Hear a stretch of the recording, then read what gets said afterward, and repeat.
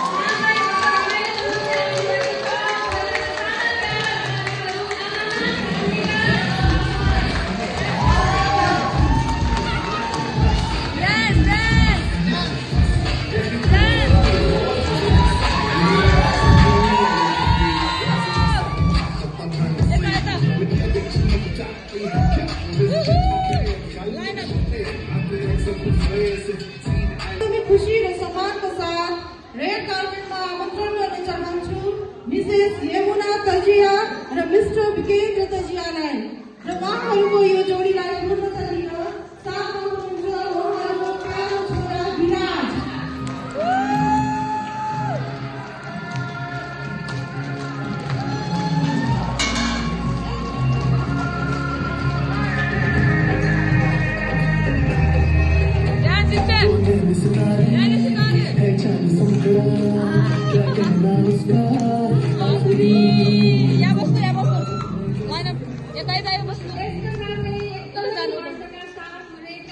स्वागत गर्न चाहन्छु हाम्री प्यारी बहिनी।